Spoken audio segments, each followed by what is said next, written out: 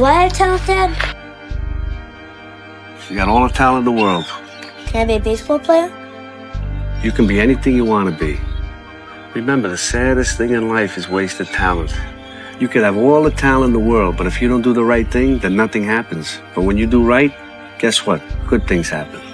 You got 24 hours in a day. 8 hours you sleep, right? And most people work a 9 to 5. So 8 hours you're working. 16 hours. Okay, so we had 16 hours. We got breakfast, lunch, and dinner. So we had 19? It take you an hour to get ready. So we had 20 hours. So I cannot spend, you guys cannot spend 4 hours going talking about, oh, they lying. Oh, I like this photo. Oh, they fake it. Sending photos to other people. Y'all got to get focused. I'm where I'm at because I'm focused. Tunnel vision. I'm focused on what I got to do. Y'all got to have a game plan. Be pretty easy to focus on the battle that's right in front of your face. And when you're doing that, sometimes you can lose track of the long-term goal. But I want to have that long-term goal so embedded in my mind that I never lose sight of it. Ever. And those little tasks and projects and short-term goals that you tackle, they need to lead toward that strategic victory. Winning the long war. And we get very caught up in instant gratification. We want results now. We want the shortcut to the winner's podium. I'm not really giving the Lord a chance to tickle me. I'm not really giving, and stay with me. I'm not by saying, okay, I'm not, when, as soon as this, then this, and then this, as soon as I get my slippers on, my feet will be warm. I'm gonna go to Daddy's. I'm gonna make a pot pie. But only I ain't having no pot pie till I do the other thing, till I do my, when I have my own plans. Stay with me. What I'm saying is I'm always waiting for everything to be perfect before I live my life. I'm always waiting for everything to be perfect before I live my life. As soon as these things line up, I'm gonna live my life. I'm about 19 and at 0.2 miles into a run, and people want to know about 2007. 2007, I did the Hurt 100. I did McNaughton 150. I did Badwater 135. I did Leadville. I did the Bear 100. I did AC 100. I did the Plain 100. I did a couple other hundreds and I forget them. I did a few. I did 7 50-mile races. I did, I think, 5 50Ks. Basically, how I did it was I was very focused on the race that was in front of me. I was focused on that. I didn't think about anything else the next race. And what was really big was my recovery. I didn't run a whole bunch in between. What I did was basically I would rest. I run about 20 miles a week and I run a race. So keep your mind in the game. Do you have a soulmate? Define that. Somebody who challenges you. Chucky. No, Chucky's family. He'd lie down in fucking traffic for you. I'm talking about someone who opens up things for you, touches your soul. I got plenty. Well, name them. Shakespeare, Nietzsche, Frost, O'Connor, Kant, Pope, Locke. That's great. They're all dead. Not to me, they're not. You don't have a lot of dialogue with them. You can't give back to them, well. Not without some serious smelling salts and a heater. You'll never have that kind of relationship in a world where you're always afraid to take the first step because all you see is every negative thing 10 miles down the road. You gonna take the professor's side on Don't this? give me a line of shit, no. Look, I didn't want the job. It's not about the job. I don't care if you work for the government.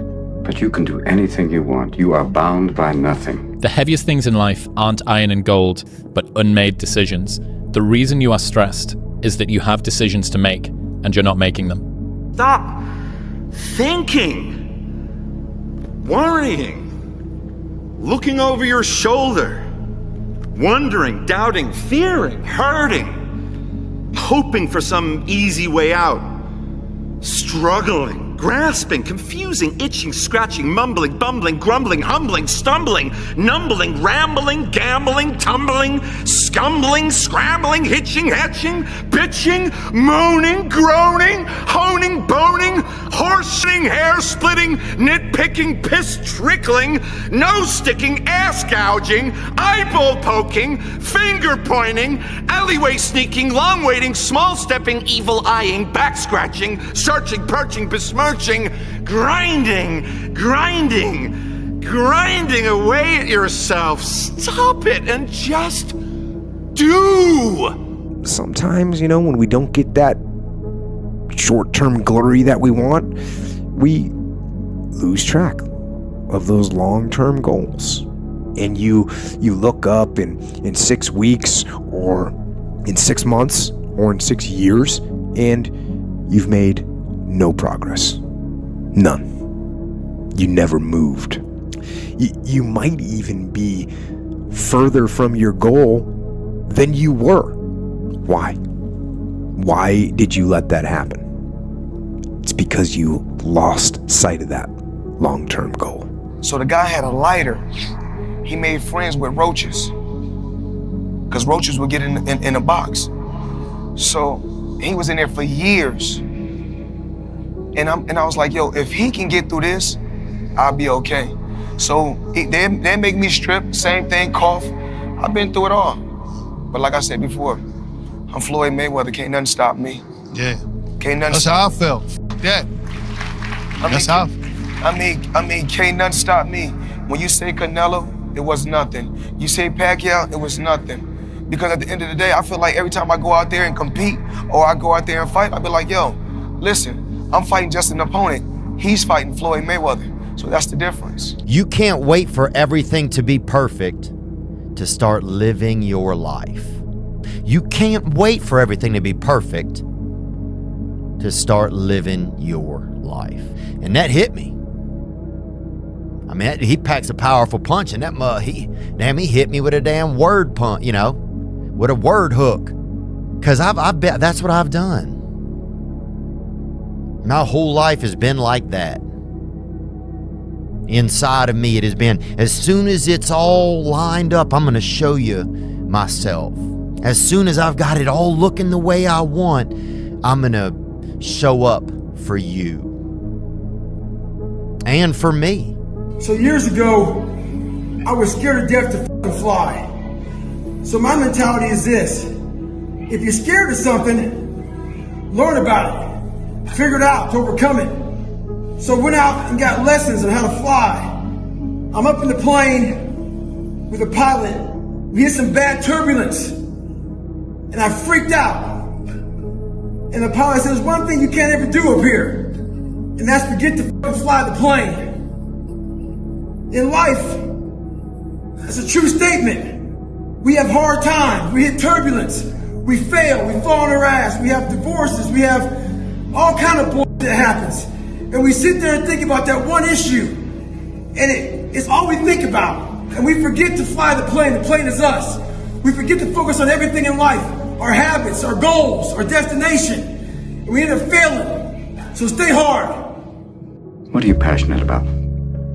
What do you want? I mean, the guys who work their entire life laying brick so their kids have a chance at the opportunities you have here. I didn't ask for this. No, you were born with it, so don't cop out behind. I didn't ask for this. What do you mean cop out? I mean, what's wrong with laying brick? Nothing. There's nothing wrong. That's somebody's home I'm building. Right, my dad laid brick. Okay? Busted his ass so I can have an education. There's honor in, taking that 40-minute train ride so those college kids can come in the morning and their floors are clean and the wastebaskets are empty. That's real work. That's right. Right, and that's honorable. Sure, that's why you took that job. I mean, for the honor of it. I just have a little question here. You could be a janitor anywhere. Why did you work at the most prestigious technical college in the whole fucking world? Why did you sneak around at night and finish other people's formulas that only 1 or 2 people in the world could do and then lie about it? Because I don't see a lot of honor in that, Will. So what do you really want to do? But when I was a kid, and you'd see someone get angry and it made you afraid. And so for a while, I saw it as like a power.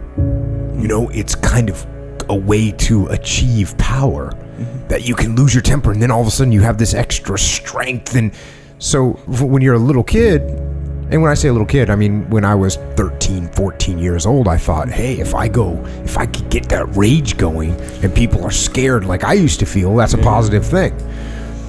And then, like I said, as I got older, now now you're talking 16, 15, 16, 17, I realized, hey, this isn't cool. This isn't strength, it's actually weakness. And when I realized it was weakness, and I didn't realize that overnight, but I started getting the idea that was weakness. And now, when you see someone that is in control, and even when bad things are happening, they're standing stoically saying, okay, let me take another look at that and I'll get it done. I think a lot of times the decisions that we make are predicated on the conversations we need to have, because usually and what's interesting is like, you can define commitment by eliminating alternatives. So if you're committed, you've eliminated alternative actions. Right? Like you can say I'm committed, but until you eliminate other options, you're not committed. There's always a get out of jail free card. Right. And so a lot of people make decisions to end relationships, to quit their job, to start the new thing, but they don't become committed to the decision until they remove the other options. And then you're forced to take action on it. And so I think actually defining those two different things. Now you could define, decision as to kill off, like decidere from Latin, but from a colloquial thing, I think there are two different instances. It's like, I need to change this, and then I do change it. The life you want is on the other side of a few hard conversations, and you're living a life you hate because you're too afraid to have them. What I discovered about focusing in on a goal or something you want to accomplish is that the moment that you focus in on what you want to do, that's when you begin to have energy to do it. A distracted person lacks energy. And when they get to the thing they need to be focusing in on, they don't have the energy to give. But when a person says, no, this is the one thing I'm going to do, and they set their mind to it, they set their eyes on it, and they set their hand to do it, all of a sudden energy begins to fill their life. Why? Because what you focus on, what you concentrate on, what you desire to accomplish, once your eyes are fixed on that, it begins to energize you, and you begin to see the possibility of making it happen. So, what's your target? What's your goal? Whatever it is, focus. Trust me, the energy will come. What the hell are we all waiting for to start attacking life? Waiting for the fucking stars to align? Back when I was growing up, the song came out. All I need is a miracle. Well, guess what? That miracle ain't coming. There is no perfect time to start. You gotta start now with changing your life. We're all being tested in life. And guess what? This is one test you can't cheat on. We all have our own test. Some of us are obese. Some of us are depressed. Some of us are insecure. In the military, we had this big old rucksack on the back. Had batteries, water, extra gear. Your extra gear is the shit you're dealing with in life. And the only way to overcome it is for you and you alone to face it. You have to do your best work when you're least motivated. So those days you don't want to do it, guess what you gotta do? You gotta suck it the fuck up and do it. Stay hard. And so for me, those years of spending hours and hours and hours with people, roughly 10 years later when I post my first video and I start to have the groundswell experience of more people finding out about my work, I live in gratitude every day. I post those to show people that no one starts in an arena. Everyone starts at zero. And the reason why we don't start is not because we're scared of starting at zero. We're scared of people watching us start at zero. We're scared of the opinions of people around us starting at zero. We're not scared of starting from scratch. We're scared of our friends seeing us start from scratch. And I just want to remind people that everyone started at zero. You did, and everyone on planet Earth did. And that means you can do it as much as I have. You got to be able to detach from this. And, I like to take pride in the fact that I'm going to keep my cool no matter what happens. And definitely once you're in the SEAL teams, you definitely want to be that guy that's keeping your cool no matter what's happening. Yeah. Whether it's people are doing the wrong thing or you just want to be the guy that's, hey, okay, come back over here. We need to redo this. You just want to be that guy. That's way more impressive than the guy that says, I can't believe this. Don't be that person. So, and I've talked about this before, what are the pre-event indicators that show you or reveal to you that your temper is about to be lost? What are they? Is it you clench your fists, right? Is it you raise your voice and you start doing that stuff? Do you start the heavy breathing? Do you flare your nostrils, right? Because that's an animal thing where you're going to take in more oxygen, so you open up the nostrils because you're about to get after it. My mom reinforced, you don't start things and not finish them. You don't quit. There's nothing that comes out of quitting besides knowing that you didn't finish. We finish everything. You start it, finish it. If you're going to do it to try and be the best. Not be better than other people, be the best for you. If you're in school and you're going to class, I'm not asking you to get straight A's. I'm asking you to get the best grade that you can possibly get. Give me 100% all the time, and I'm a happy mother. When you half-ass me, I'm on your ass. More nonsensical, more crazy, more machines, more breasts, penises, cunts, whatever. Make them abound with nonsense. Try and tickle something inside you, your weird humor. You belong in the most secret part of you. Don't worry about cool. Make your own uncool. Make your own world. If you fear, make it work for you. Draw and paint your fear and anxiety, and stop worrying about big, deep things such as to decide on a purpose and way of life, a consistent approach to even some impossible end or even an unimagined end. You must practice being stupid, dumb, unthinking, empty. Then you will be able to do. Well, one of the really difficult things to learn when you're down and out is how far you're down, because it's humiliating. You know, I was ill recently, and when I started to recover, I couldn't really button my shirts.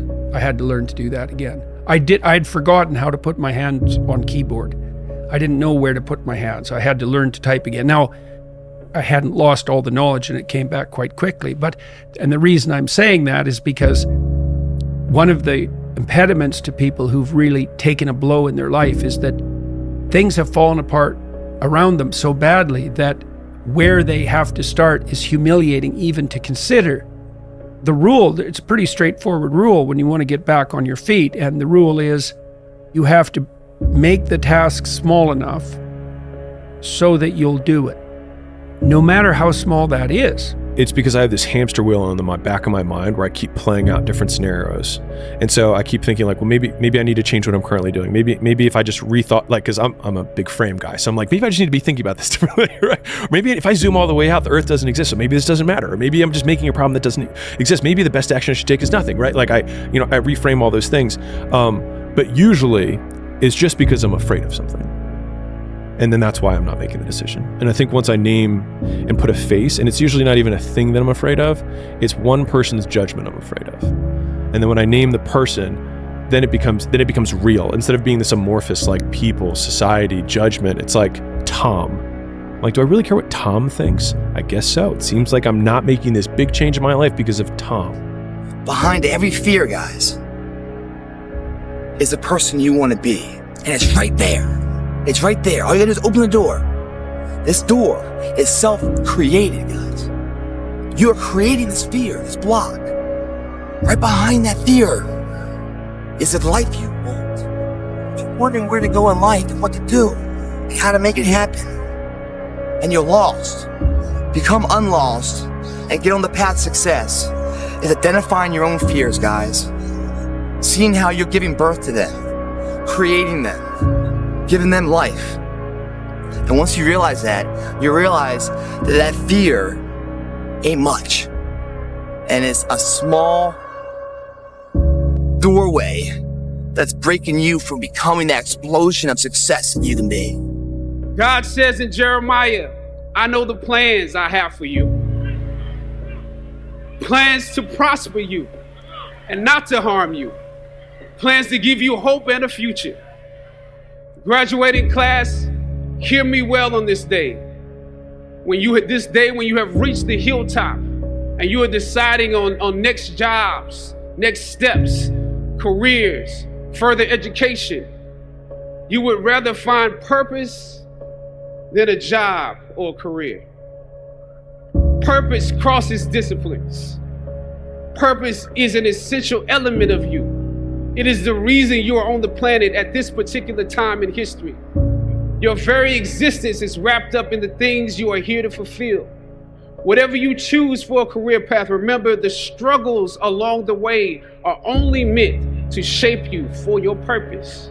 Because if you're thinking, then you're not taking action. And if you're not taking action, then there's no consequence. And if there's no consequence, then there's nothing to be afraid of. So I think that the overthinking can be an excuse for actual fear. And same thing with like, oh, I'm a perfectionist. That's also fear. It's fear of not being perfect. And then on top of that, low confidence. Well, if you have low confidence, guess what? You're afraid. Your confidence is low. You're not sure of yourself, so you sit around and think about doing it instead of actually doing it. And then anxiety? Well, yeah, anxiety actually is fear. Get it, David, come on. Yeah, there you go. There you go. Energy, let it out. 7, 8, 9, 10, a machine here. There you go, nobody works like David in this house. 13, come on. 14, come on. 15, shut that muscle down. 16, come on. Get it. 17. You don't know me, son. Get it.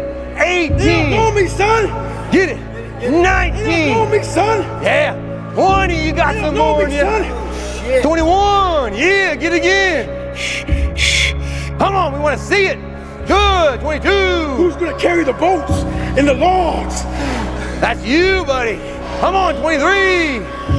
Come on, 24. One more, David. Who's one more to carry the boats? You're gonna do it. You're gonna do it. You're gonna do it. You did it. Yeah. Mom, I want to do this. I want to play baseball.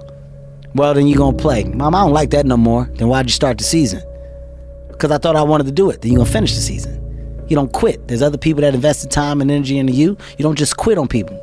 But I don't want to do it. Finish the season. Mom, I want to swim. Then you're going to finish swimming. It didn't matter what I did. I was never allowed to quit. So now in anything I do, when I pick it up and say I'm going to start it, I got to finish it. It all don't work. It all ain't the best. It all ain't knocked out the park. But I walk away saying I finished it.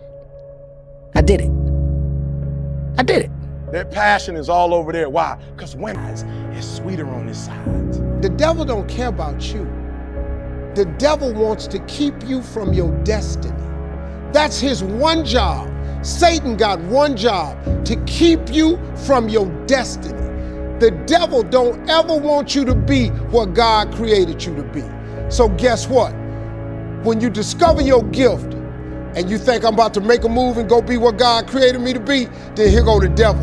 You got this job over here, you're gonna lose your 401k. Once you get your paper straight, you can skip all of this. You can get yourself started in the process, man, but you gotta quit letting the devil keep you from your destiny by tying it to this little job you got. Cause he tricky with it now. He got you thinking you gonna mess your credit up if you quit your job. What you mean mess your credit up? You overextended now.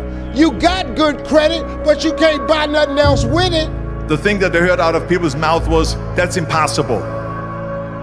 That can't be done. Or no.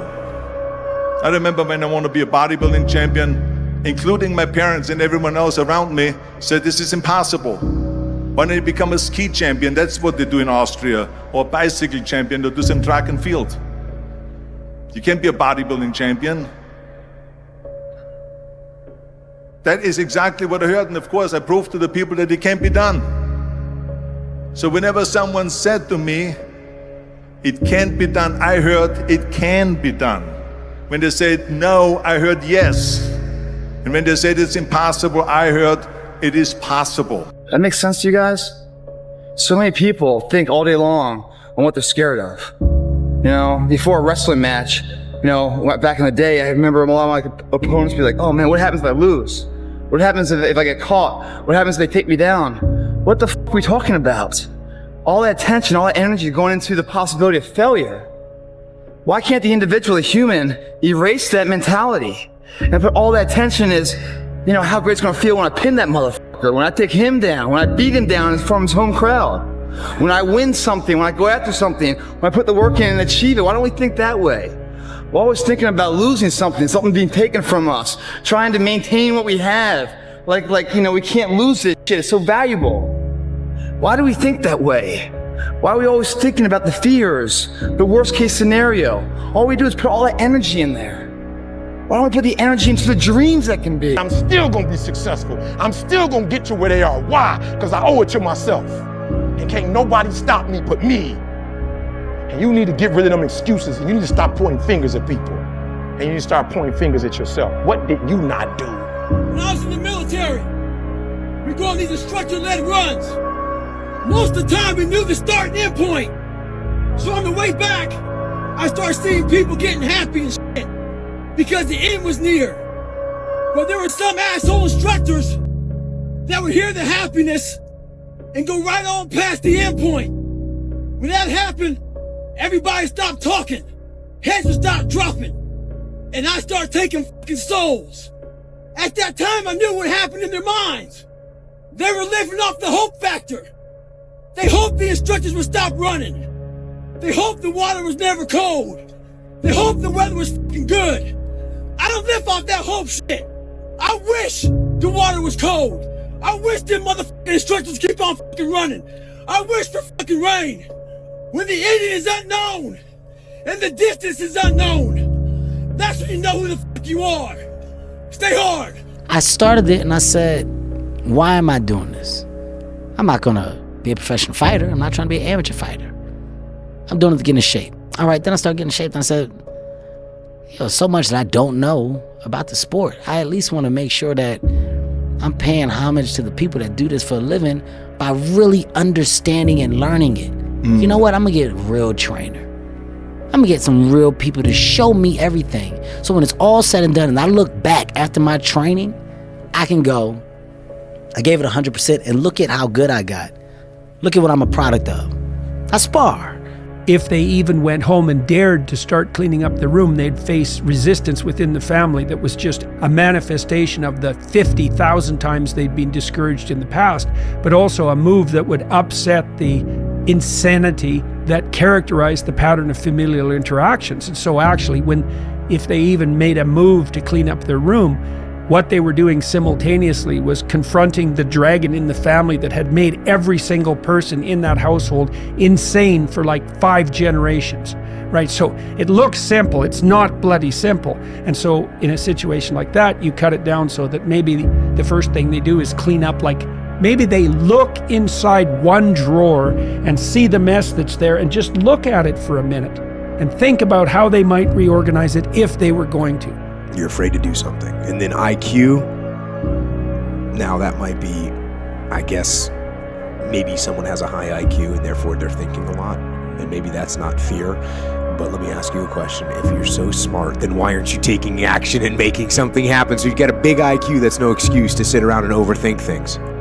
Especially because if you're so smart, why can't you come up with a quick solution? Why can't you realize that overthinking is actually causing the problem harm? It's not moving the problem forward. So quit thinking so much and take action. Everything worthwhile is uphill. And today's word is uphill. You see, every dream that you've ever had, it's all uphill. If you have a great relationship with somebody, you had to work on it. It's uphill. If you've built a wonderful business, guess what? It was uphill. If you've made the right decisions, they're not easy, are they? It's uphill. And the only way that you can go uphill is to be intentional. Nobody ever accidentally went uphill. You've never talked to a successful person and said, how did you get to the top of the mountain? And then look at you and say, I have no idea. If they're at the top of the mountain, they know how they got there because they had to have effort. It took energy. It took time. Everything worthwhile is uphill. Because like whenever I feel anxious or insecure or angry or sad, I'm like, what conversation do I need to have that I'm not having? And so then, and usually if I just think for not that long, I'm like, this is the conversation I've been putting off. And then, you know, I'm not the poster child of mental health. And so I'll just call myself a pansy for not having the conversation.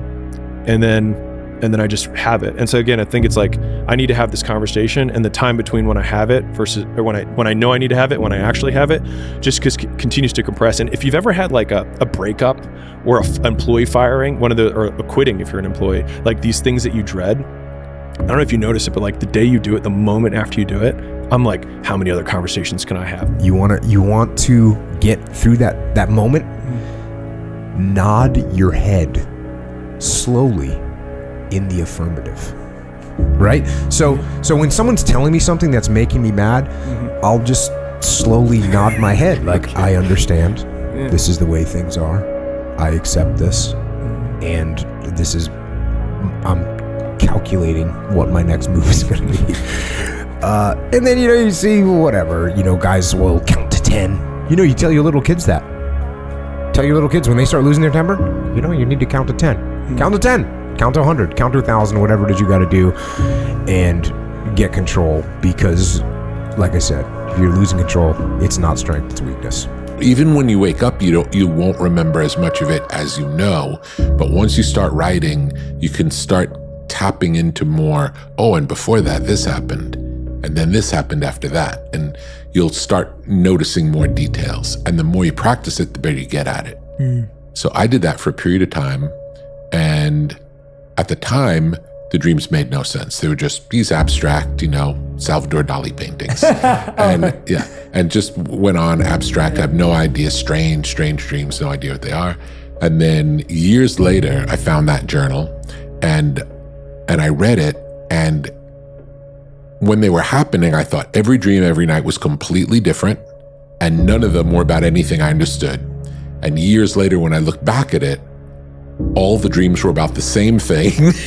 And it was so clear what my subconscious was telling me. When I dared to challenge the system that would relegate us to victims and stereotypes with no clear historical backgrounds, no hopes or talents, when I questioned that method of portrayal, a different path opened up for me. The path to my destiny. When God has something for you, it doesn't matter who stands against it.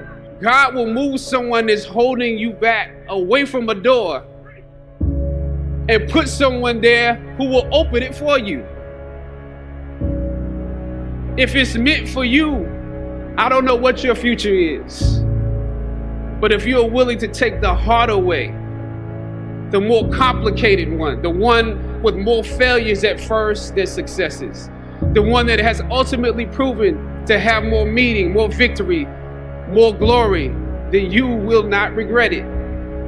Now, this is your time. Of the things that you cherish, the things that you value, the things that you want to possess, they're all uphill. It's okay. Once I know that's where they are, I'll begin to put forth the effort, the energy, the time to get there. And I'm just going to sign off today by one more time letting you look at my arm. When I was 19 years old, I was super angry, like all 19-year-old men, right? That's the standard default, right? I was angry at both my parents because I was 19, right? And I remember blaming them for everything. Blaming them for my life, blaming them for not being a better person. I literally blamed them for being a bad person. And I remember realizing that when I blamed them, that I gave them control over my life. And then the idea that the people that I hated the most at the time were the ones who actually were controlling me was the thing that most sickened me, to then actually flip my narrative to actually taking control. Like, that was the one thought process. Like, my mother, I'm giving her control over my romantic relationship. Like, my mother controls this? Fuck that. I was like, no. And so, like, just the idea that somebody who I was disgusted by at the time had that much power is what gave me the power to start taking action. When people are very down and out and they decide to make a move forward, in some ways they're facing the whole panoply of problems that confront them in the guise of that single problem. right? It's all lurking behind it, right? It's like, you know, they see the tip of a reptile's tail outside a gigantic closet, let's say, and they look and they think, well, that's just the tip of a tail. What harm can it do me? But it's connected to the whole damn beast. And the advantage to that is that if you make that first step forward, you're actually advancing in the face of all that opposition. The disadvantage is that the first task seems so small that you literally have to be on your knees to be humble enough to lower yourself to take that first step. And at some point, after you lose sight of that goal and years have gone by, you think to yourself, maybe I can't. Maybe I can't do it. And so you give up. You let it fade. And you settle. You settle for mediocrity. You settle for average. You settle for, oh well. But no, don't do that. Embed that long-term goal in your mind. Burn it into your soul. Think about it and write about it and talk about it and hang it up on your wall. But most important, do something about it. If you can dream and not make dreams your master, we all have dreams. I had them when I was younger. So I figured the best place to make those dreams come true are in isolation. So I walked into isolation as David Goggins. But I walked out of isolation as Goggins. When you become a savage is in isolation. When you're training for a big MMA fight or just a boxing match, you don't stay outside of isolation. You go in isolation. And that's when your mind changes. That's when your focus changes. Your dedication changes. Don't use this time to fuck up your mind. Use it to gain strength, gain focus. Isolation is the key to strengthen your mind. Come out a savage. It's not all I'm never gonna get to that where everything's okay, where everything looks a certain way. And in the meantime, I'm burning the best time I do have available. I'm burning that candle up. I'm burning this candle down, and I'm saying as soon as it gets bright enough or warm enough in here, I'm gonna show up.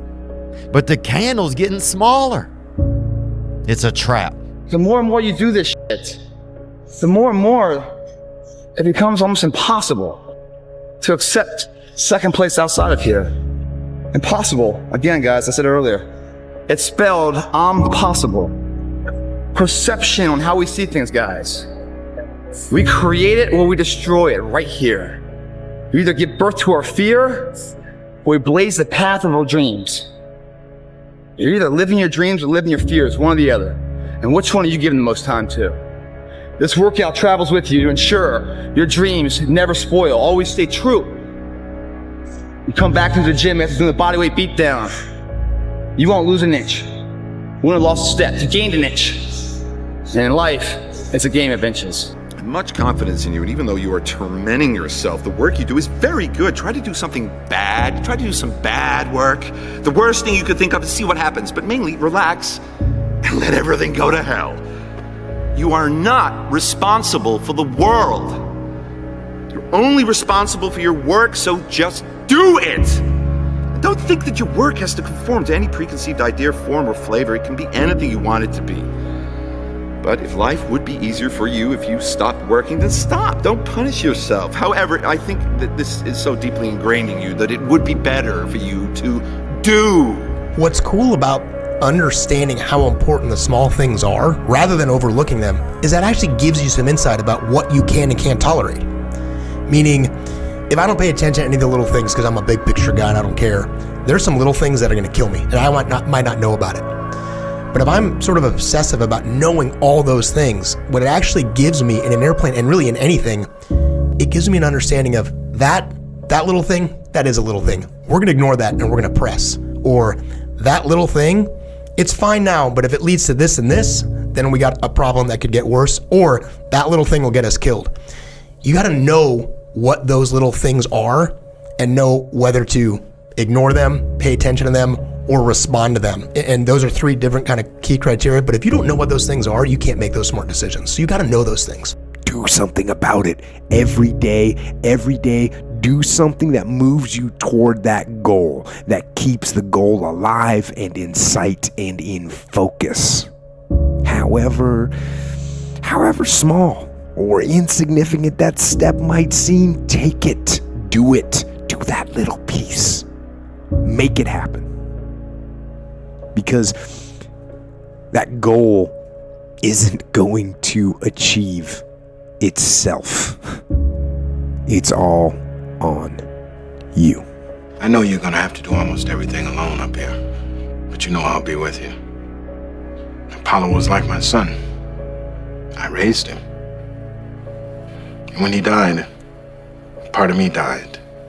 But now, you're the one. You're the one that's gonna keep his spirit alive. You're the one that's gonna make sure that he didn't die for nothing.